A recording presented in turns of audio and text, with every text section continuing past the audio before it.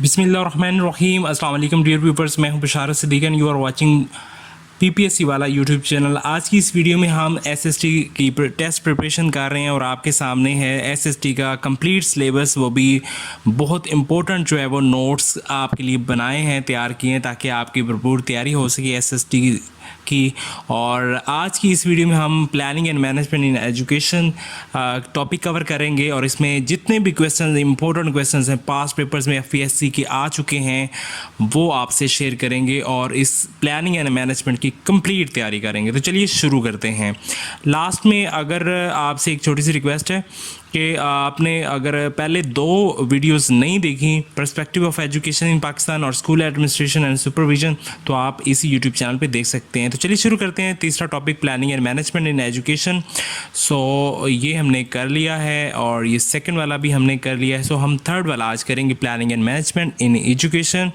सो set number 1 है, what is the primary goal of educational planning. इसमें what is the primary goal of education planning. Education planning की primary goal क्या है जी? To enhance student learning outcomes. Student learning outcomes को enhance करना, बढ़ाना है। क्वेश्चन नंबर 2 है, what does SWOT S for strength, W for weakness, O for opportunities and T for threats. So इसका आंसर आएगा strength, weakness, opportunities and threats.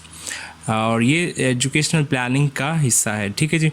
Which of the following is not a step in the curriculum development process. देखें जी, evaluation, implementation, research तो curriculum development का हिस्सा है, लेकिन assessment एक सेपरेट चीज़ है। सो असेसमेंट आएगा इसका answer. Question number 4, in education what does the acromion ICT stand for? I for information, C for communication and T for technology. So information and communication technology इसका answer है।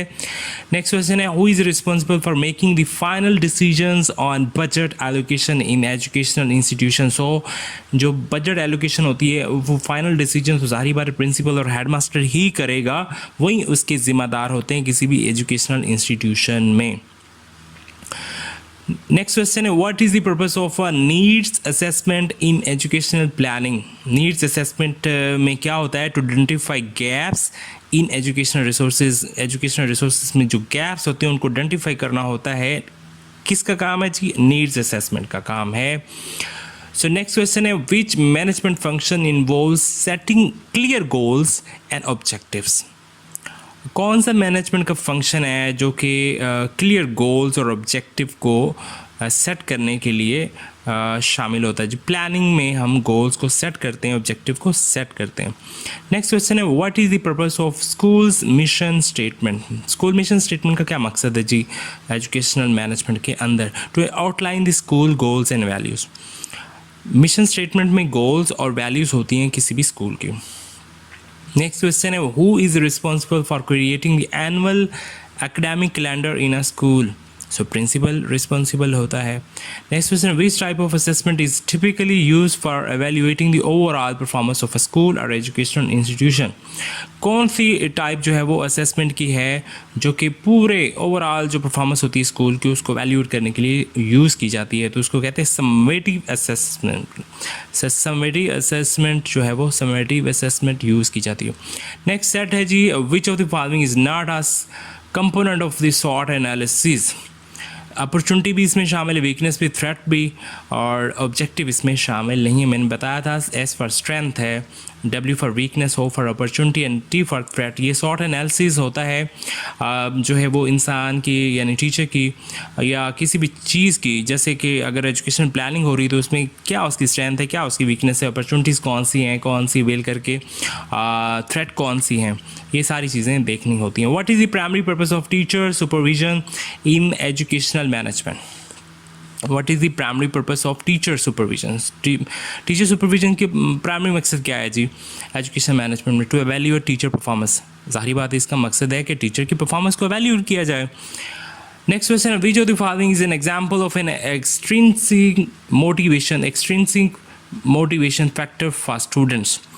ज़ाहिर बात है जो अंदर से नहीं बाहर से जो उसको मोटिवेशन मिलता है वो कैसे मिलता है? आ रिवार्ड फॉर गुड ग्रेड्स। अगर उसके अच्छे ग्रेड्स आते हैं तो उसको कोई रिवार्ड दिया जाए तो ये एक्सट्रेंसिव मोटिवेशन है। इंट्रेंसिक तब होगा जब अंदर से कोई खुशी मिलती है, एक्सट्रेंसिव जब कोई बाहर से रिवार्ड देता है तो वो खुश होके ज़ाहिर बात है उसको सेलिब्रेट करता है। नेक्स्ट है जी, what is the main focus of educational quality assurance. Educational quality assurance में क्या होता है जी, improving the overall quality of education. ठीक है जी, मेन फोकस यही होता है। Which leadership style involves a high level of teacher involvement in decision making. तो जब भी वो कौन सा लीडरशिप स्टाइल है जो कि high level of teacher involvement in decision making में शामिल होता है, transformational leadership.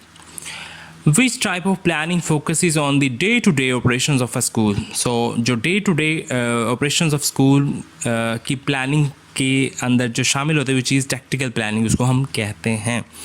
What is the purpose of school code of conduct? Code of conduct क्या होता है जी? To establish rules and expectations for behavior। सारी rules and regulations जो होते हैं उसको code of conduct कहते हैं। Next question, what is the primary function of a school counselor in the management of educational institution? क्या primary function है जी? Providing emotional and academic support to students. Next question, which type of assessment is conducted before instructions to identify students' need and prior knowledge? इसको सारी बात है वो कौन सी assessment की type है जो कि identify करती है students की needs और उनके नॉलेज के रिलेटेड। सो उसको डायग्नोस्टिक असेसमेंट कहते हैं। What is the acronym PTA stand for? P for parent, T for teacher, A for association. ठीक है क्या? नेक्स्ट है जी set number 3, which of the following is the responsibility of educational administrator. क्या है जी? Hiring and evaluating teacher, teachers को hire करना और एवेल्यूएट करना, ये रिस्पॉन्सिबिलिटी एक एडमिनिस्ट्रेटर की। Next question, what is the purpose of a school vision statement. क्या पर्पस है जी school vision statement in educational management? To define the school long term goals and aspirations. ठीक है जी। What is the primary purpose of school report card? क्या मकसद है जो हम रिज़ल्ट बनाते हैं बच्चों का, तो रिपोर्ट कार्ड जो बनाया जाता है उसका प्राइमरी मकसद क्या है? Communicating student progress to parents, ताकि पेरेंट्स को पता चले कि इसकी प्रोग्रेस क्या है। Next question, in educational management, what does STEM stand for? STEM, S for science, T for technology, E for engineering, and M for mathematics. Which management function involve guiding and motivating staff to achieve organizational goal? सारी बात है, motivation जब भी देगा तो वो leadership ही देगी।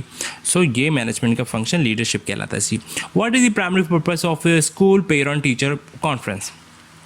क्या मकसद होता है जी पेरेंट टीचर कॉन्फ्रेंस का? ताकि डिस्कस किया जाए स्टूडेंट प्रोग्रेस को पेरेंट्स के साथ। So discussing student progress with parents. Next question है, who is responsible for developing the school curriculum framework? School curriculum framework develop करना किसकी जिम्मेदारी है जी? करिकुलम कोऑर्डिनेटर की जिम्मेदारी है। Next question, what is the main objective of a school extra curricular activities? क्या इसका ऑब्जेक्टिव होता है जी? Enhancing student overall development.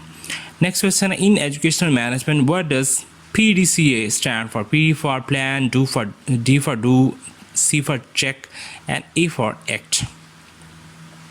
Next question है, which type of assessment is conducted at the end of the learning period to evaluate student achievement? Summative assessment, ये पूरे साल के एंड पे जो असेसमेंट होती है उसको समेटिव असेसमेंट कहते हैं। उसमें पूरे स्कूल की परफॉर्मेंस चेक की जाती है। सेट नंबर 4 है जी, what is the main purpose of school code of ethics? इसको कहते हैं establishing ethical standard for staff and student, दोनों के लिए एथिकल स्टैंडर्ड जो है वो स्टैब्लिश किए जाते हैं। Which type of leadership style involve seeking input from others before making decision? जब भी किसी और से भी राय लेना, ये लीडरशिप का स्टाइल जो है वो पार्टिसिपेटिव लीडरशिप स्टाइल कहलाता है। Next, what is the primary focus of educational assessment? क्या प्राइमरी फोकस है जी एजुकेशन असेसमेंट का? यही evaluating student learning and performance. Who is responsible for overseeing the hiring and training of new teachers? Human resource department. Next, in educational management, that does ISA stand for? E for elementary, S for secondary, E for education, A for act. Setting long-term goals and objective. Next question, what is the primary purpose of school strategic plan? क्या मकसद होता है strategic plan का? Starting long-term goals and objective. Which type of budget allocates resources based on the specific programs or activities? Program budget. Who is responsible for developing a school emergency response plan? safety coordinator. What is the main purpose of school need assessment? Identify gaps and deficiencies in resources. What is the primary purpose of school professional development program? Improving teacher skill and knowledge. Next is set number 5. Set number 5. Which of the following is not a component of educational management? Financial planning, curriculum development, student counselling, ये तो educational management का function है, component है, लेकिन environmental conservation नहीं है. Who is responsible for managing school, library and educational resource? Librarian का काम होता है जी. Educational planning involve long term goal setting, इसको एजुकेशनल प्लानिंग कहते हैं. नेक्स्ट है एजुकेशनल मैनेजमेंट फोकस. किस पे होता है जी एजुकेशनल मैनेजमेंट का focus? Efficient administration and organisation of resources. Educational planning is necessary to ensure success of the enterprise. Institution planning is also known as grassroots planning. The basis of all programs of qualitative and quantitative improvement in education is educational planning. The process of preparing a set of decisions for realizing specific goals by the best possible mean is educational planning. Efficient and effective planning saves time, money and effort, all of the above. Every good planning should be systematic and comprehensive. Set number 6 is the quality of a plan depend on the quality of process that produce a plan. ठीक है जी. There are 5 basic steps involved in planning. A plan prepared by a particular institution on the basis of its own development and improvement is called institution plan. जो institution खुद एक ख़ास जो है plan बनाते हैं उसको इंस्टीट्यूशन प्लान कहते हैं.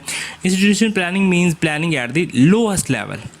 Institution planning is an effort to make use of available sources to the optimum, उनका इस्तेमाल किया जाए. और institution planning is short term भी होती है और बहुत लॉन्ग टर्म भी होती है. Institution plan forms the basis of district plan. Institutional planning is an index of autonomy of an institution. Next, institution planning aims to involve every teacher in the plan preparation. Planning is an act or process of making or carrying out plans. Who gives this definition? Webster International Dictionary. Set number 7. Planning is to design some actions to be done beforehand. Who gave this definition? Oxford Dictionary. Planning is a way of protecting our intention. That is a method of deciding what we want to accomplish. Who said this? Adesina. Next, to plan means to project, forecast, design, make a chart out a course. Who said this? Ajiko. The main goal of planning is social and economic development, welfare and progress of citizens, bringing about desirable changes, all of the above. Good planning requires future objective, good vision, perception and ability. Planning is a good method of solving problems, eliminating trial and error method, checking wastage and stagnation. All of the above आ जाएगा. Efficient planning contribute to smooth and ease of administration, efficiency of administrative process, best utilization of available resources. ये efficient planning contribution कहलाती है. Uneven educational growth and regional imbalances can be corrected by adopting effective educational planning. A good plan is always an outcome of scientific procedure, comprehensive procedure, systematic procedure. Describe one of the concepts that is crucial for the smooth running of an organization. Name that concept. Planning से ही सारा का सारा organisation का जो होता है वो smooth running उसकी होती है. सेट नंबर 8 है who is responsible to execute prime minister skill for all strategy. NAVTIC stand for National Vocational and Technical Training Commission.